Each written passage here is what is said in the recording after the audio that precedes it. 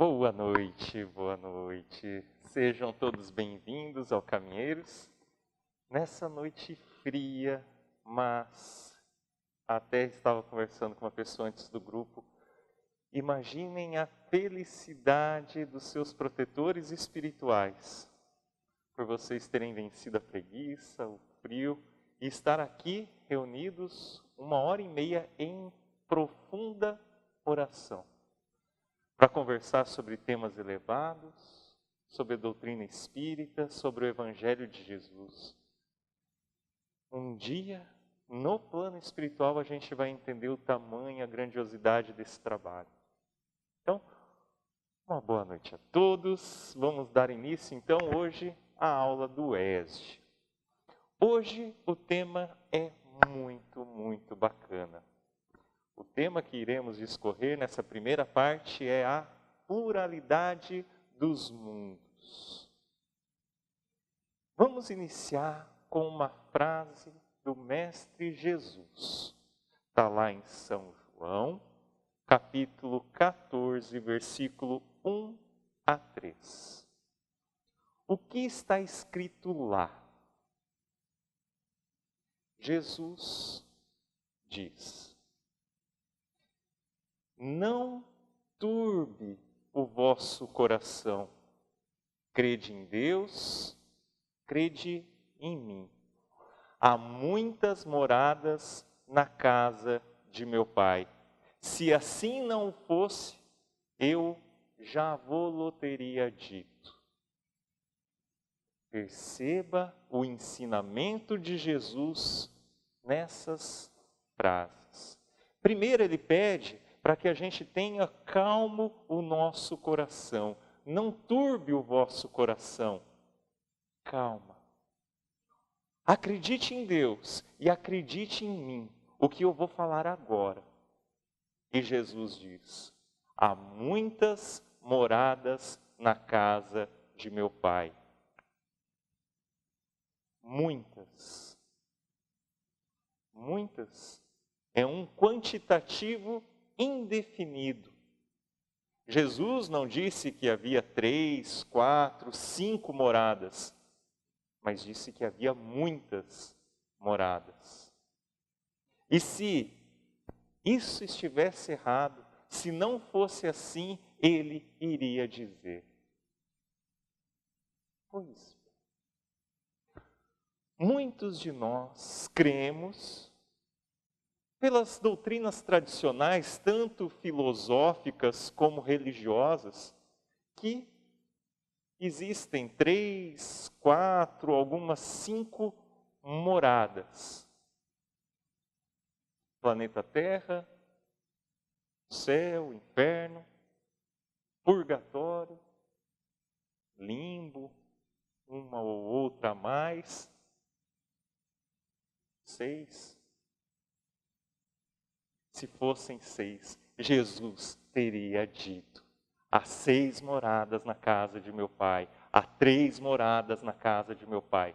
Não, há muitas moradas na casa de meu Pai. E inclusive lá no começo da filosofia e dos ensinos religiosos tradicionais, haviam 2 moradas, na verdade 3. A terra, o céu, que fica acima de nós, o céu, e o inferno, que é lá embaixo. Vamos lá. Céu, inferno, planeta Terra. 3 moradas. Vamos supor que realmente fossem essas 3 moradas. Quem vai estar no céu? Quem não errou? Ótimo. No céu é o lugar daquele que não errou. Quem de nós aqui estaria no céu? Eita, acho que todo mundo já errou um pouquinho, né? Antigamente era céu e inferno. Se a gente não está no céu, logo todo mundo no inferno. Ora bolas. Ficou um pouquinho complicada essa situação. Que tal a gente criar mais uma morada? o purgatório. Então, agora já não existem 3, mas 4 moradas. Céu, inferno, a terra, o purgatório. O purgatório é aonde? Primeiro, para localizar ele no espaço fica um pouquinho complicado, porque o céu é o em cima, o inferno é abaixo, o purgatório seria onde? No meio do caminho estamos nós, mas tudo bem. O que é o purgatório? É o lugar onde aqueles que erraram, não muito, mas erraram, vão ficar um determinado período de tempo para purgar os seus erros e ascender ao céu. Ou seja, uma morada onde aqueles podem se equivocar, já fica um pouco mais racional, porque ninguém é perfeito a ponto de nunca errar, fica lá um tempinho e depois vai para o céu. Só que tem um probleminha. Quem está no inferno vai ficar no inferno. Agora, quem está lá no inferno são pecados capitais, terríveis, erros, aonde aquele que cometeu vai ficar lá para sempre. Perceba que já entra em contradição com o purgatório. Enquanto o purgatório é um lugar que você pode ascender, no inferno você não pode. Percebe? E se a pessoa, o espírito, está lá no inferno e se arrepende? Ah, Deus não está nem aí. Errou, está lá para sempre, queimando.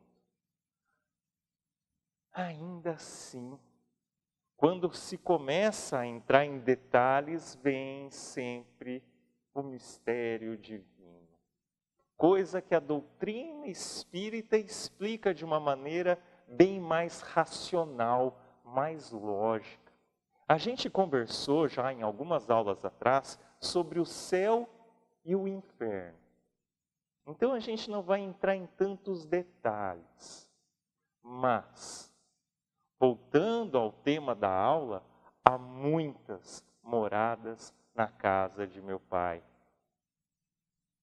Na doutrina espírita, nós temos o conhecimento trazido pela espiritualidade que existem lugares terríveis de sofrimento, análogos, parecidos com aqueles das doutrinas tradicionais, da filosofia tradicional, aonde é um lugar de lamentação, de dor, de sofrimento, mas com uma diferença brutal.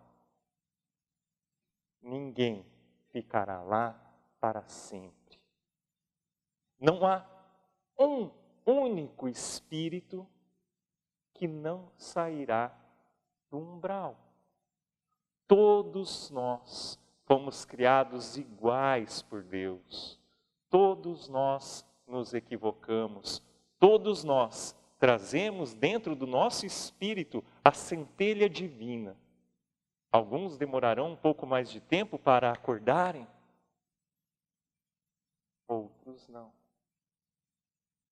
O umbral, equivalente, mais ou menos, com o inferno, ele não é de penas eternas. Se alguém está lá e se arrepende, vai ascender a outras esferas espirituais, outras moradas espirituais, sim. Pai. Imaginemos nós, como pai ou como mãe, e um filho nosso comete um erro gravíssimo e se arrepende. Ele está de castigo, está arrependido. Não, você errou, agora você vai ficar aí o resto da vida. Não. Se nós que somos imperfeitos entendemos que é lícito alguém se arrepender e ter uma nova oportunidade, quem dirá Deus, nosso Pai? Temos oportunidades. Existe apenas um umbral? Existe apenas um céu. Não. O que a espiritualidade nos ensina? Que quando nós desencarnarmos, quando o nosso espírito se libertar do corpo, ele vai ser atraído a regiões que encontram harmonia com a nossa energia. Lugares bons ou ruins. Iremos refletir, iremos evoluir. É uma lei divina, a lei da evolução. Não existe apenas um umbral. Não existe apenas um dito céu. Aliás, aquele céu verdinho, onde as pessoas, os espíritos estão de branco tocando harpa, não existe. Imagine você lá. Uma semana vestido de branco tocando harpa numa grama. Não. O plano espiritual é ativo, maravilhoso. É um trabalho incessante em práticas que a gente tem prazer em realizar. Incontáveis cidades espirituais.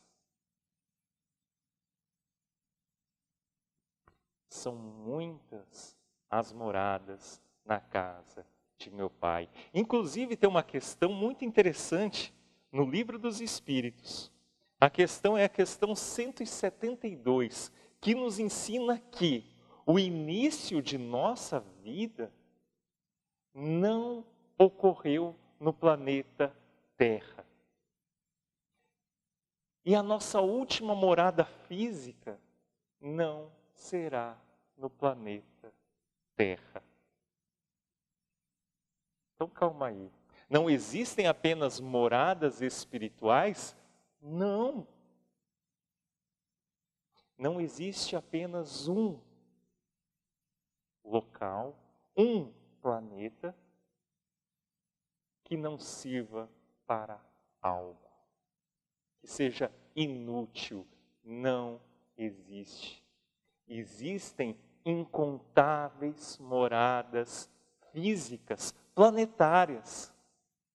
Alguns planetas parecidos com o nosso, habitados por espíritos que utilizam vestimenta física como a nossa. Em tecnologia e moralidade, parecidos com o planeta Terra. Não estamos sozinhos.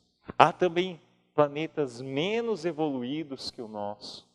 E há planetas mais evoluídos que o nosso. Planetas físicos. Há muitas moradas na casa de meu Pai. E olha que interessante, a gente sempre gosta de trazer um pouquinho a visão científica. E os cientistas afirmam, é impossível, é matematicamente impossível que apenas no planeta Terra exista vida como conhecemos. Matematicamente impossível. Mas por que matematicamente impossível? Quando a gente quando a gente fala que a doutrina espírita é ciência, é porque o é. A gente vai passar agora um pouquinho sobre astronomia. Planeta Terra. Vai demorar um pouquinho. Tá? Planeta Terra. Aonde está localizado no universo o planeta Terra? Estamos na Via Láctea, que é uma galáxia. Uma das menores galáxias que existem. Galáxia, o conjunto de planetas, gases, poeira e estrelas, atraídos pela lei da gravidade, uma galáxia. Só na nossa galáxia anã, chamada Via Láctea, onde o planeta Terra está, os cientistas afirmam que existem aproximadamente 100 milhões de planetas com condições de ter vida análoga a nós. Calcula-se, não sei como chegaram nesses cálculos, é a ciência, que existem no universo aproximadamente 1.500 bilhões de galáxias. Será que é só o nosso planeta o premiado? Os cientistas afirmam que cedo ou tarde iremos sim descobrir planetas com civilizações parecidas com a nossa. É questão de tempo. A maioria dos cientistas dizem que em menos de 30 anos essa descoberta já vai acontecer.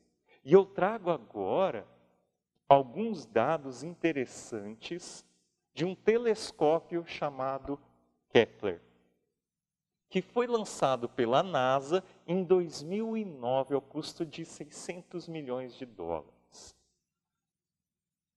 Na verdade, ele teve um problema, esse telescópio, e ele ficou apontado só para uma direção. E os cientistas falaram, então vamos fazer o seguinte, vamos utilizar ele para buscar planetas que estejam mais ou menos na mesma distância que o Sol está do nosso planeta Terra, porque assim, gente, existem muitos sóis. Se não é Sol, são estrelas que emitem calor. Então, esse telescópio começou a buscar planetas que estão próximas a uma fonte de calor, seja um outro Sol, seja alguma estrela que emite calor, em uma distância parecida com a nossa. Até o ano passado, foram descobertos 22 planetas que é quase certeza que tenham vida. Vou falar de alguns deles. Senão só fica mas qual é? Vamos falar. O primeiro que eu vou falar é chamado, os nomes são fantásticos, tá?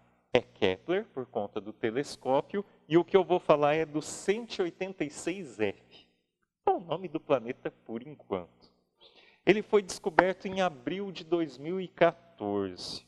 Ele está na Via Láctea e ele está a 490 anos-luz da Terra. E o que é interessante nele? Que os cientistas dizem que há uma probabilidade de 95%, ou seja, é quase certo que este planeta reúne todas as condições necessárias para fotossíntese, ou seja, aquele processo químico-biológico que dá vida às plantas. 23 de julho de 2015, Kepler 452b. Um planeta 60% maior que a Terra.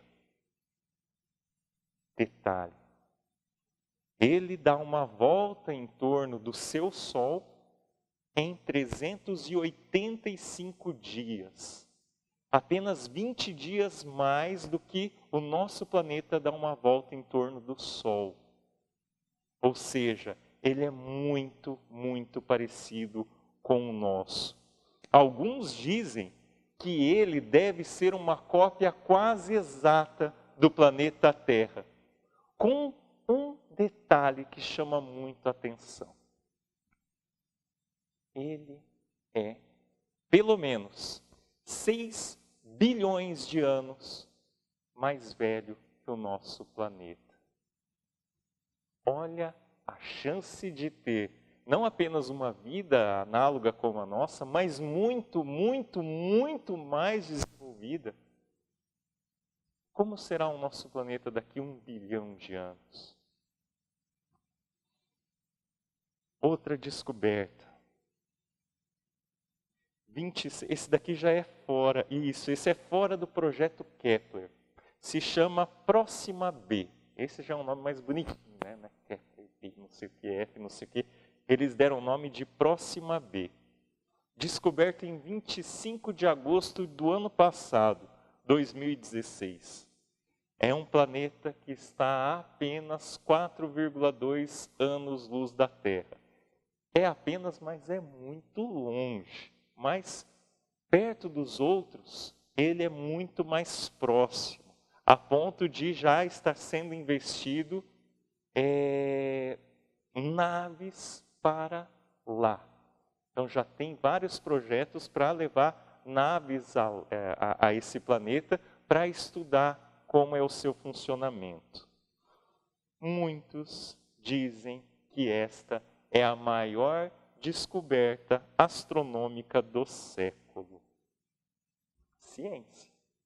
Vai chegar lá? Vai. Sem dúvida nenhuma. E o que a doutrina espírita nos diz? Há mais de 160 anos que há muitas moradas na casa de meu pai, como Jesus já disse há mais de 2000 anos. Existem as moradas espirituais e existem as moradas físicas.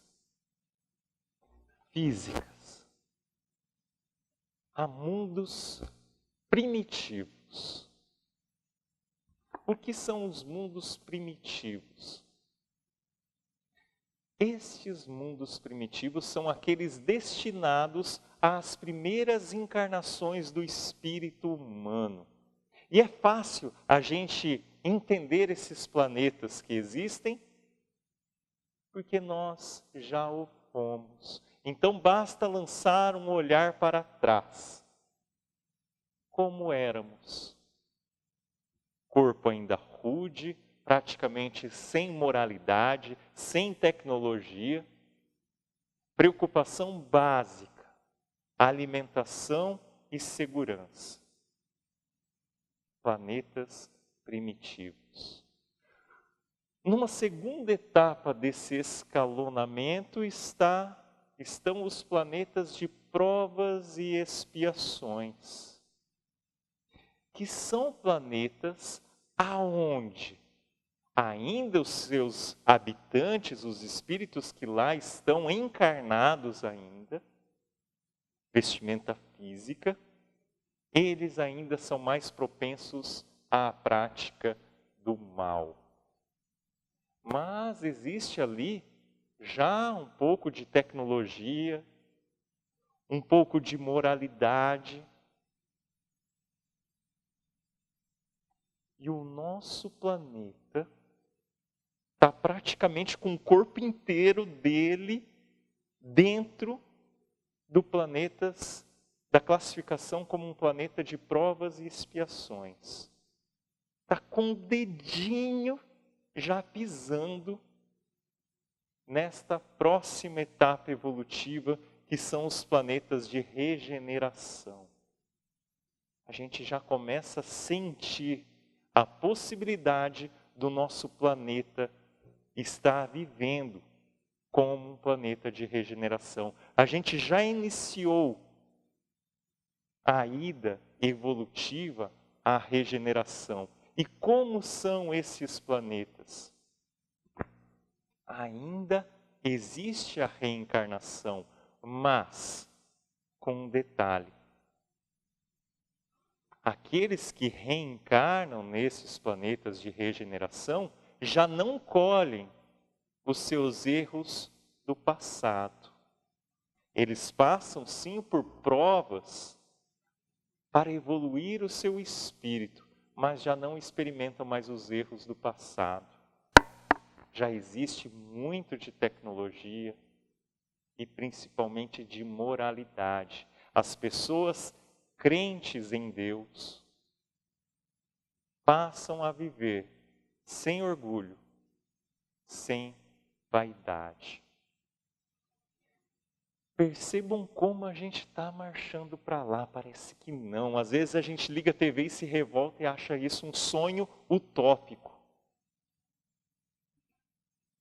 Percebam, com as descobertas científicas médicas, em pouco tempo, incontáveis doenças deixarão de existir.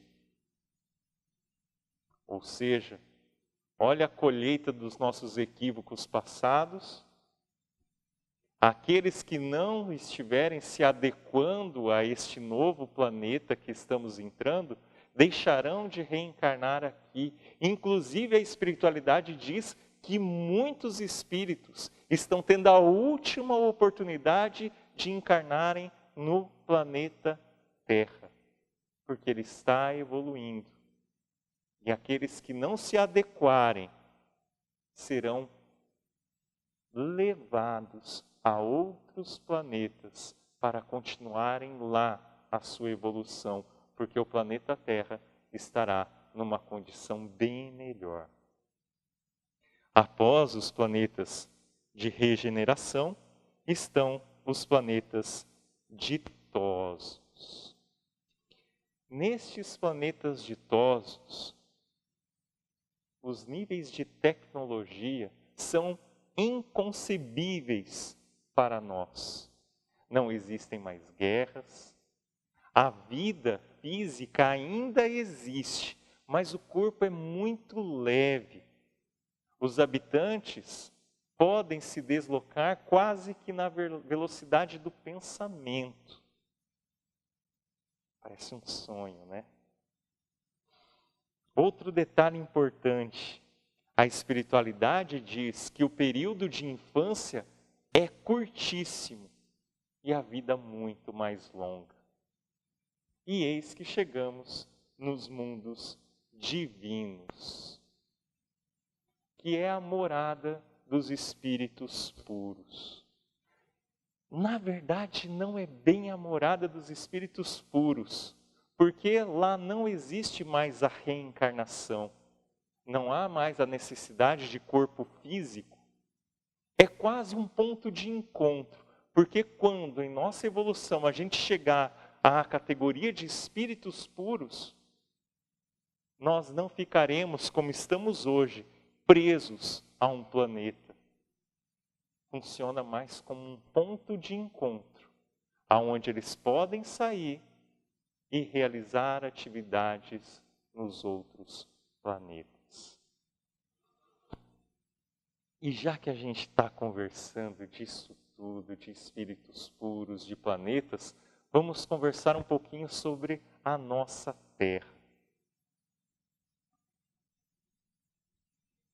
Obra a caminho da luz, pelo Espírito Emmanuel, que é, né? O protetor, o anjo de guarda de Chico Xavier. Nessa obra é explicado que existe uma comunidade de espíritos puros e escolhidos por Deus para direcionar a vida de todos os planetas. E desta comunidade, Jesus pertence. E eles se reuniram por 2 vezes nos arredores do planeta Terra. A primeira vez, há 5 bilhões de anos atrás, quando da constituição do nosso planeta, quando da formação do nosso planeta. E a segunda vez foi quando Jesus foi escolhido para encarnar na Terra, trazendo os ensinos de Deus, do seu Evangelho. Por isso, comumente escutamos na doutrina espírita que Jesus é o governador do nosso planeta. Desde a constituição do nosso planeta, aqui ele acompanhou o desenvolvimento. E ele é o responsável pela nossa evolução. E achou como uma grande saída a constituição de países no nosso planeta, para o melhor desenvolvimento. Utilizou e utiliza muito da troca de espíritos vindos de planetas mais temos espíritos aqui reencarnando, trazendo desenvolvimento científico e físico ao nosso planeta. E deixou, inclusive, um pedacinho do mundo para ser descoberto depois. Falamos das Américas. No norte, com grande reencarnação dos antigos romanos. Um país de muito respeito às leis. E mais ao sul, no Brasil, Jesus fez com que aqui nascessem espíritos diversos, das mais diversas culturas, se respeitando. Um país de paz, um país de respeito às religiões. E aqui ficou definido que o Brasil seria, sim, o celeiro, tanto alimentar como espiritual do mundo. O coração do mundo, a pátria do Evangelho, aonde o cristianismo, rede vivo, há de explodir e espalhar para todo o mundo. Por isso eu digo, estamos passando por um momento fantástico em nosso país. Mas, Theo, você não está vendo televisão. Liga a TV, assiste Globo Repórter, não, como é que é? O Jornal da Globo. Jornal Nacional, olha como está difícil, né? Assiste Jornal Nacional, que você já vai ver que não é bem assim. É. Olha como tudo isso que está acontecendo está fazendo com que a gente pare e pense em modificar, em fazer diferente. O brasileiro começa a perceber que tem que mudar em si. Não adianta apenas apontar o dedo, vamos começar uma reforma em mim mesmo, na minha família. Vai chegar na política, vai chegar em todos os aspectos da sociedade. E com o cristianismo redivivo, que aqui surge com muita força, não há como dizer diferente do que Emmanuel colocou na obra. Então, deixa eu ver se eu passei alguma coisa. Agora é uma parte que eu gosto muito, tá? A gente falou dos planetas e tudo. Agora nós vamos visualizar tudo isso. Como somos grandes. Tem que ligar aqui? Tô. Ele vai funcionar, né? Vou até virar aqui. Olha que bacana o que a gente vai ver, a parte científica, né? Então aí o nosso grande planeta Terra, Ésdica é o nosso curso, muitas moradas na casa de meu pai. Eis nosso planeta, planeta Terra. Aqui nós vemos o tamanho correto, na proporção correta, do planeta Terra e algum dos seus vizinhos. Vênus, Marte, Mercúrio, Plutão. Então, olha como o nosso planeta é gigantesco. Né? Ué, calma aí, você falou que ele era gigantesco? Olha aqui o planeta Terra agora. Olha os vizinhos que a gente falou. Aqui estamos falando apenas do sistema solar. Proporcionalmente a Terra em relação a Urano, Netuno, Saturno, Júpiter. Olha como nós somos pequeníssimos. Mas não é só. Pois bem, este é o Sol. A espiritualidade diz que o Sol é responsável, é o ponto de encontro dos espíritos de luz que habitam o nosso sistema. Plutão, olha a Terra ali. Olha os outros que Júpiter, que a gente acabou de olhar achando que é gigantesco. Pois bem, não é tão grande assim. Tá, estão preparados? Então vamos lá. Cadê o planeta Terra? O planeta Terra, nessa escala que a gente colocou agora, é invisível. No anterior que a gente estava vendo, que é esse daqui, que aqui está o planeta Terra, ele equivaleria nessa imagem a um pixel. O que é pixel? É um ponto daquilo que forma uma imagem digital. Então aqui a Terra seria uma dessas bolinhas que forma todo esse quadro, e aqui, infelizmente, a nossa gigantesca Terra já se torna invisível. O Sol agora é um pixel. Temos ali Sírius, Pólux, Arcturus. Eu trouxe algumas coisas deles. Sírius, a branquela ali, é a principal estrela da constelação de Cão Maior. Pólux, os cientistas dizem tratar-se de um planeta extrasolar, a estrela mais brilhante da constelação de Gêmeos.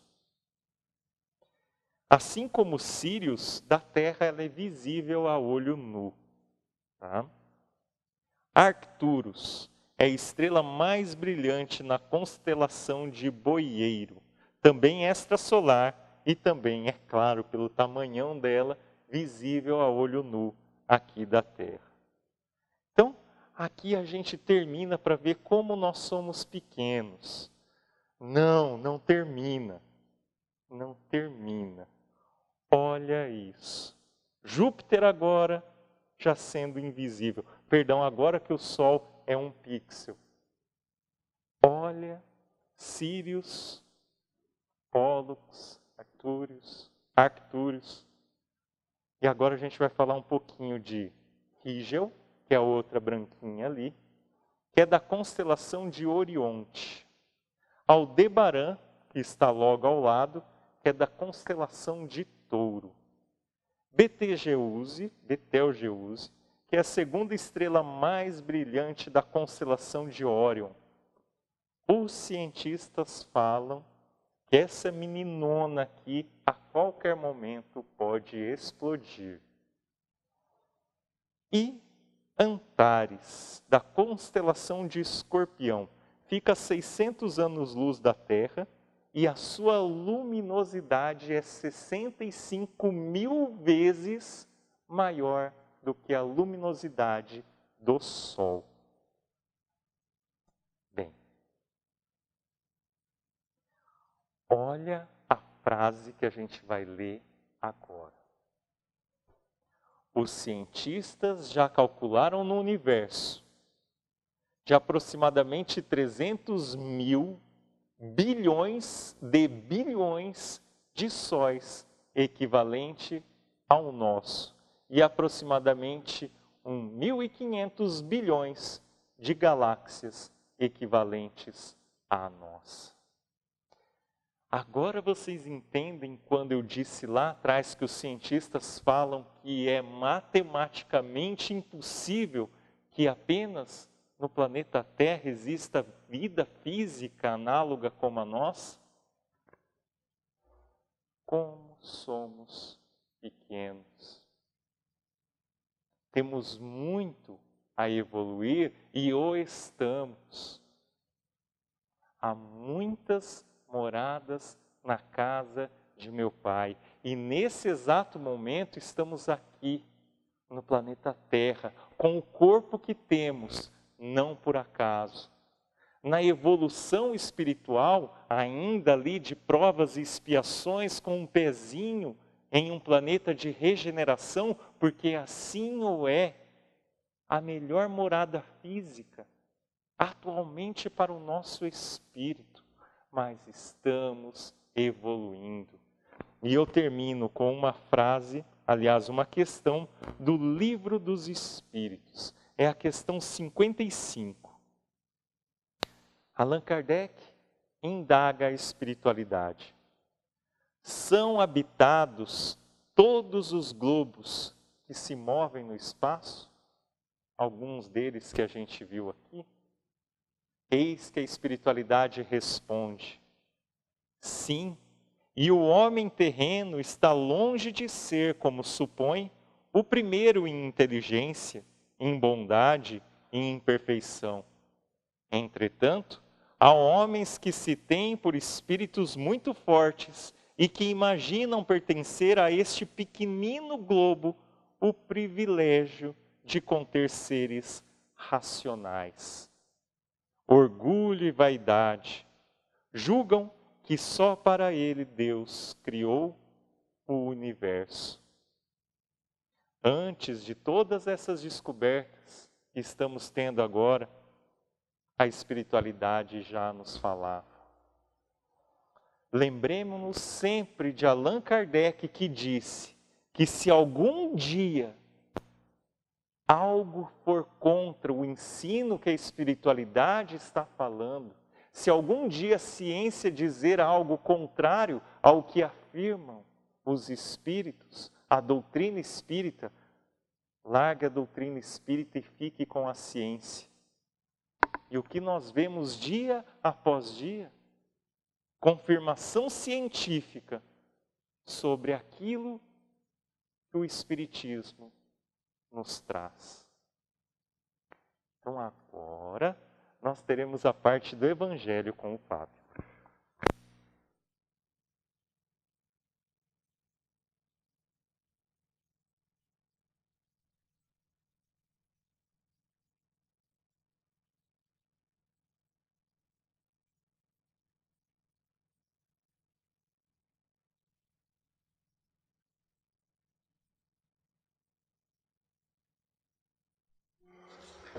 Boa noite. Diante desses dados estatísticos que o Theo nos traz, dessas informações do universo, quão grande é, quão importante é a nossa jornada hoje aqui, nesta reencarnação no planeta Terra.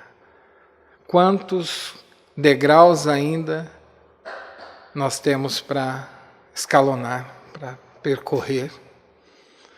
E o mais importante é que nós conseguiremos chegar lá. Nós conseguiremos habitar esses mundos. Nós conseguiremos estar em graus de perfeição que muitos destes irmãos estão. Para isso, é necessário que nós construamos a nossa mudança hoje, nesta jornada, neste caminho que nos é oportunado. Para isso, o Evangelho é sempre um grande auxílio. Hoje nós conversaremos sobre o capítulo 12, Amai os vossos inimigos. Como de costume, iniciaremos fazendo uma leitura de uma passagem evangélica constante no Evangelho segundo o Espiritismo, que diz assim: aprendestes o que foi dito. Amareis o vosso próximo e odiarei os vossos inimigos. Eu, porém, vos digo: amai os vossos inimigos, fazei o bem aos que vos odeiam e orai pelos que vos perseguem e caluniam, a fim de serdes filhos do vosso Pai, que estás nos céus, e que faz levante o sol para os bons e para os maus, e que chova sobre os justos e os injustos. Porque se só amardes os que vos amam, qual será a vossa recompensa? Não procede assim também os publicanos? Se apenas o vosso irmão saudade, que é que com isso fazeis mais do que os outros? Não fazem outro tanto os pagãos? Está em Mateus capítulo 5, versículo 43 a 47. E continua dizendo: digo-vos que se a vossa justiça não for mais abundante que a dos escribas e dos fariseus, não entrareis no reino dos céus. Mateus capítulo 5, versículo 20. Então Jesus nos traz, e ele começa dizendo: aprendestes o que foi dito. Na época de Moisés, através da lei de Italião, ele dizia que devíamos amar os nossos amigos e odiar os nossos inimigos. E Jesus traz uma nova conotação do amor. Nós vimos semana passada, no capítulo 11, amai o próximo como a si mesmo, que amar ao próximo é a grande oportunidade, é o grande incentivo da caridade. Quão maior não será, então, amarmos os nossos inimigos? Mas o que Jesus quis dizer quando nos pediu para amar os nossos inimigos? Será que Jesus queria que nós amássemos a um inimigo, dedicássemos o mesmo sentimento que dedicamos a um amigo? Será que Jesus quer que dispusemos da mesma oportunidade de presença, de que nós coloquemos no mesmo nível aqueles que amamos, como parentes, amigos, filhos, a um inimigo? Os Espíritos, neste capítulo, vão nos dizer que o nosso vocabulário, ele é muito ruim, ele é ingrato, porque uma mesma palavra é utilizada com conotações diferentes. O amor que Jesus, neste momento, nos diz aqui, não é o amor que nós dedicamos aos nossos filhos, não é o amor que nós dedicamos aos nossos pais, às nossas mães. Ele vai nos trazer que amar os inimigos não é tê-los com o mesmo interesse que nós temos por aqueles que estão conosco, porque o sentimento, a vibração de um inimigo para conosco é diferente. Não vai haver sintonia entre nós e eles. De outro lado também, nós não conseguiremos colocá-los, por exemplo, dentro da nossa casa. Nós não conseguiremos ter um inimigo sabendo que ele, ao nosso lado, sabendo que ele pode fazer mal para nós. Allan Kardec, na sua reflexão sobre este capítulo, ele vai nos dizer que amar um inimigo é não ter ódio, é não ter desejo de vingança, é não ficar triste quando aquele que nós temos por inimigo ou revoltado tem uma boa aventurança, tem felicidades. Ele vai nos dizer então que amar o inimigo é não desejar o mal, mesmo que este nosso irmão assim deseje para nós. Amar os nossos inimigos é fazer o bem para ele no limite das nossas forças, independentemente que ele seja nosso inimigo. Divaldo Pereira Franco, em suas palestras, e muitas delas, ele nos diz o seguinte, que nós não podemos ter inimigos, que os outros sejam nossos inimigos, mas que nós não sejamos inimigos de ninguém, que nós não dediquemos nosso tempo nessa vida, esta grandiosa oportunidade, a construir inimizades, que nós compreendamos que aquele outro que hoje está no caminho conosco e que é nosso inimigo por algum motivo, que ele é um ser imperfeito, como nós outrora fomos mais imperfeitos do que somos hoje. E que em algum tempo ele alcançará essa evolução. Então, amar os inimigos é fazer o melhor que nós pudermos para que eles possam melhorar. Para um incrédulo, para aquele que não crê na vida após a morte, isso é uma blasfêmia. Como eu vou amar um inimigo? Como eu vou fazer o bem para alguém que me quer mal? Mas nós espíritas, ou nós cristãos, nós temos obrigação moral de amar os inimigos, porque nós cremos nessa vida após a morte. Nós cremos que existe um caminho maior e que este inimigo hoje pode se tornar um amigo amanhã. Pode ser a grande oportunidade de nós refazermos algo que nós fizemos de mau grado ou fizemos com imperfeição. Porque para se tornar inimigo hoje, certamente estes conviveram em âmbito de amizade e de amor conosco. Porque nós não tornamos inimigos daqueles que nós não conhecemos. Somente a convivência, e geralmente através do amor, um amor mal colocado, mal vivido, é que nós deixamos que a inimizade tome conta. E esses inimigos que conosco hoje caminham, eles morrendo, ou nós morrendo, não deixará de existir a inimizade, porque nós sabemos que a vida continua. É necessário, então, que nós compreendamos que hoje, conforme diz Jesus naquela passagem, que reconciliemo-nos com os nossos enquanto estão a caminho, é a oportunidade que nós temos de tornar um inimigo hoje um amigo amanhã. E a inimizade só existe a partir do orgulho e do egoísmo. Este capítulo, ele nos traz o entendimento de que, antes de amar o nosso inimigo, que nós não criemos inimigos, que nós não criemos inimizades. Que nós, com o conhecimento que o Espiritismo nos traz, de vida após a morte, de pluralidade das existências, construamos hoje um caminho sedimentado do bem. Que nós consigamos vencer as imperfeições que hoje em nós ainda são grandes, principalmente a do orgulho.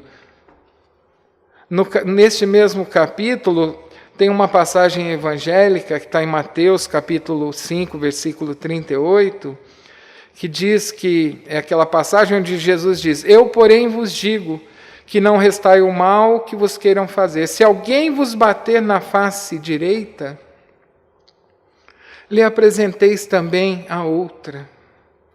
E alguém quiser pleitear contra vós, para vos tomar a túnica, também lhe entregueis o manto. E se alguém vos obrigar a caminhar 1000 passos, caminhe com ele 2000.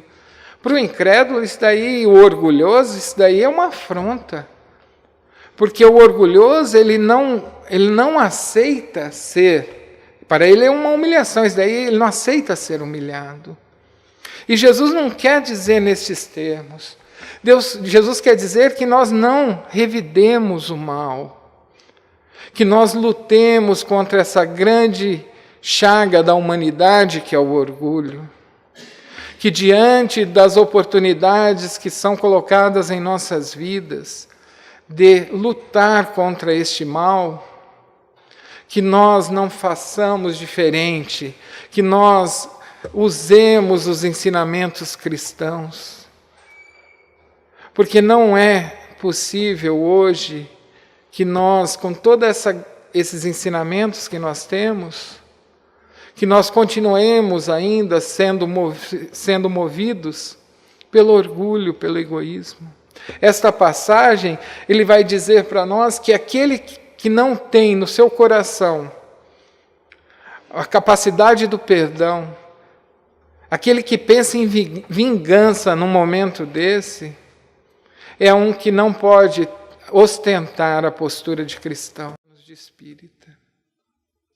Porque cada um de nós tem estes inimigos, porque um dia, em algum momento, nós causamos alguma dor. No Livro dos Espíritos, capítulo 6, Escolha das Provas, parte 2, Escolhas das Provas, da questão 258 a 265, mais ou menos, nós vamos estudar como que nós planejamos a nossa reencarnação.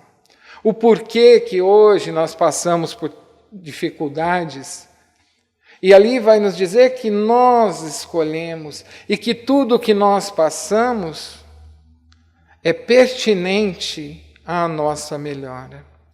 Então, estes que são nossos inimigos e que hoje cruzam os nossos caminhos, nada mais são que projetos que nós traçamos para reconstruir o mal feito.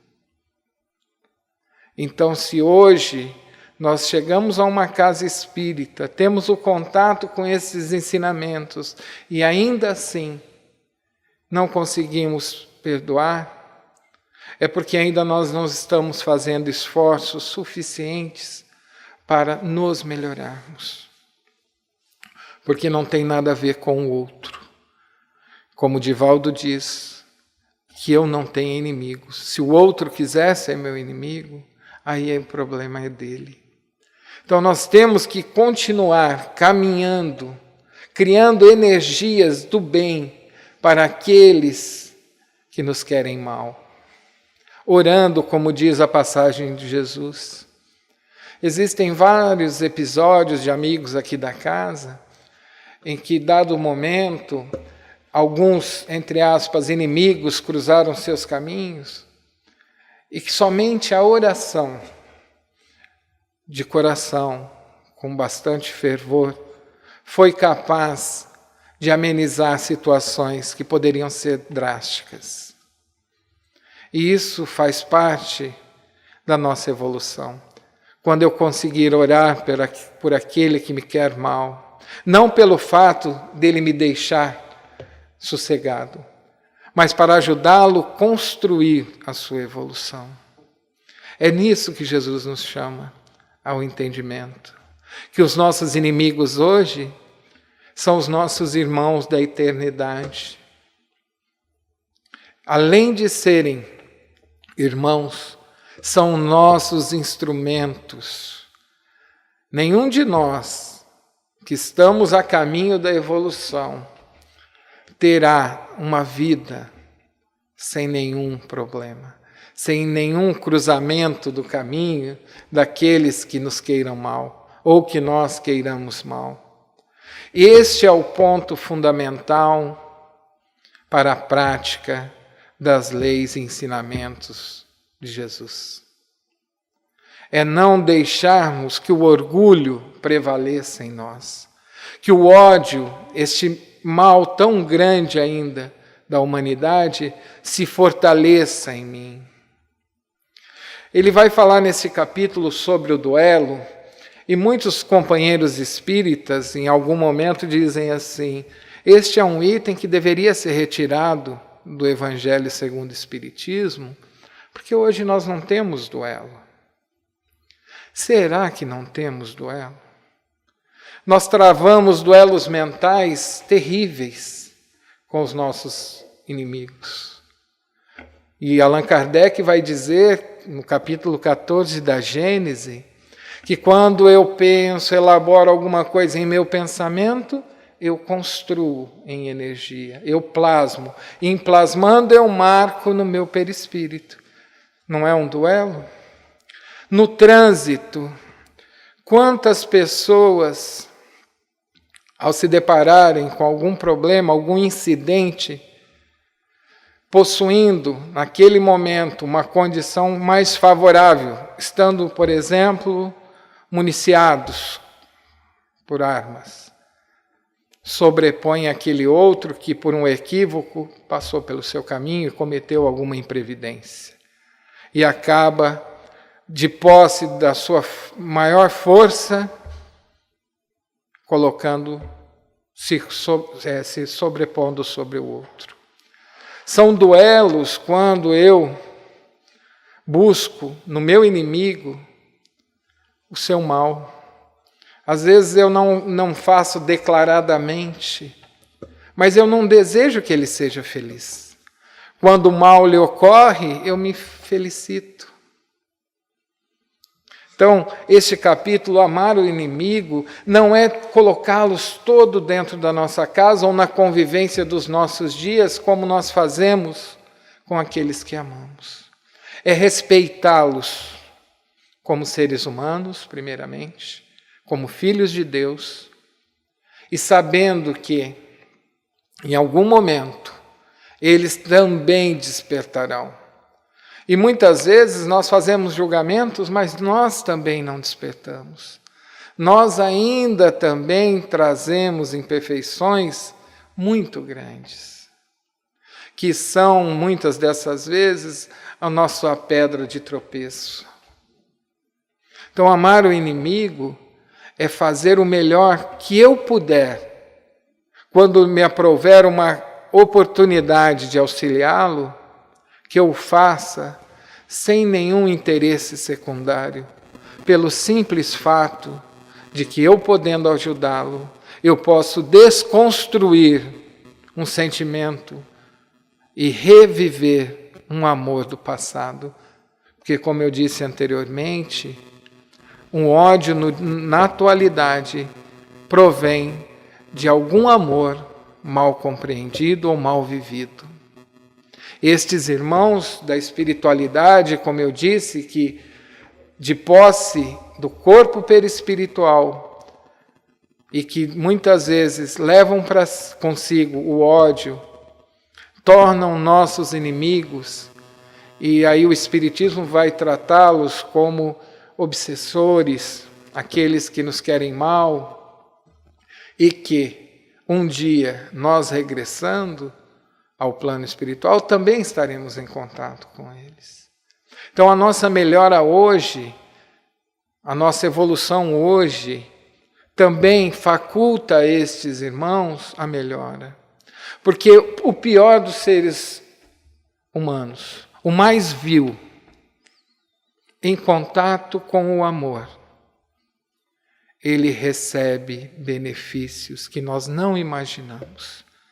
Talvez, pelo orgulho, ele não se deixe representar por este sentimento, mas no seu espírito, na sua condição de ser em evolução, aquilo que nós fizermos para ele, o sentimento que nós dedicarmos a ele, será de suma importância, talvez, para o salto que ele pode dar em evolução. E neste campo de inimizades, talvez nós não tenhamos ninguém efetivamente que se coloque como nossos inimigos, mas temos na decorrência de nossas vidas pessoas que se tornam entraves a nosso crescimento, seja crescimento profissional, seja crescimento pessoal, que não deixando transparecer esta inimizade, convivem conosco. Mas, como eu disse na reflexão de Kardec, o sentimento que ele nos dedica é uma vibração oposta à que o amor conduz. Então não haverá sintonia. São aquelas pessoas que, por mais que queiramos tê-las conosco, não conseguimos. Por esta divergência de sintonia vibratória.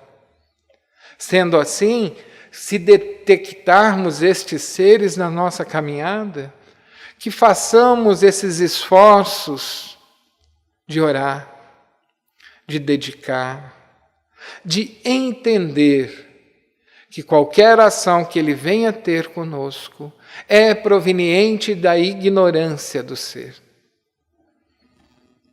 Como eu disse também, para um ser que não acredita em nada, isso é tudo balela. Se eu não creio na vida após a morte, para que eu vou fazer isso? Mas nós que estamos aqui, sob a tutela desta doutrina, que o princípio de tudo é a vida após a morte, nós temos esta obrigação moral de colocar como principal objetivo esta reconciliação, porque somente através dela nós conseguiremos nos desamarrar do passado e conseguiremos dar passos ao futuro. Porque quanto mais nós ficamos presos ao homem velho, mais dificuldade nós teremos de nos tornarmos o homem novo. Estamos num momento, como o Theo disse, crucial do nosso planeta, quando a transformação moral repercutirá no planeta. Mas é necessário que todos nós estejamos vibrando na mesma sintonia para que isto ocorra. Nós não encontraremos para o nosso Brasil nenhum santo que se dedique a ser o presidente da República. Porque aqueles que já equalizaram os seus ganhos através das suas ações, eles não precisam passar por isso. Então que nós, individualmente, amando os nossos inimigos, amando o nosso próximo, perdoando aqueles que nos fazem mal, sejamos instrumento da mudança que nós buscamos no outro. Se em meu lar eu conseguir mudar a mim e aos meus filhos e minha esposa através do exemplo, não através de falácias, não através de pregações, mas através do exemplo, eu estarei construindo um núcleo que se perpetuará na escola do meu filho através dos exemplos dele, no serviço da minha esposa através do exemplo dela, e vão se criando vários núcleos. Um dia, todos aqueles que estão no poder serão tocados por este amor que habitará o nosso planeta. Então depende de mim ser co-criador do bem que eu quero que o mundo me favoreça. Eu estou fazendo o meu melhor, mas sempre há um pouco mais a fazer. Não preciso ser Chico Xavier, mesmo porque estamos longe de o ser.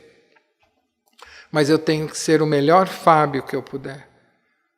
Eu tenho que fazer tudo que eu puder para que esta reencarnação seja a melhor. E ela será, se esses princípios doutrinários e estes princípios evangélicos tocarem os nossos corações. As palavras, elas são sempre bonitas. As palavras do Cristo, então, emocionantes. Mas os exemplos que ele nos deixou são mais contundentes, pois foram reais. Ele esteve conosco, ele viveu e nos mostrou que é possível fazermos tudo o que ele fez e muito mais. Então nós não somos estes seres inúteis que muitas vezes, no auge da dor, nós achamos ser. Nós somos potencialidades de evolução, perfectíveis, que um dia alcançaremos a perfeição relativa do ser criatura. Cabe apenas a nós, cada um de nós, fazer o seu melhor. Eu tenho certeza que tudo que hoje nós refletimos, tudo que nós temos feito buscando a melhora, repercutirá favoravelmente em nosso caminho. Basta que consigamos transformar aquilo que nós recebemos através da doutrina e do Evangelho em ação. Amar, então, os nossos inimigos é muito mais fácil do que nós imaginamos. Basta compreendermos o que somos, por que aqui estamos e onde queremos chegar. Fazendo este entendimento, saberemos que esta vida é passageira e que logo, muito em breve, nós estaremos habitando um outro mundo, onde não teremos mais um corpo material a nos esconder E ali a verdade, nua e crua, nos presenteará com as benesses que fizemos ou com as dores que construímos. Está em nossas mãos fazer o melhor. Que Jesus abençoe a todos nós. Tenhamos uma semana muito abençoada, de muita paz, vibrando sempre positivamente por aqueles que são os nossos inimigos pessoais e da sociedade, que conseguiremos a mudança que nós buscamos. Vamos ao passe agora.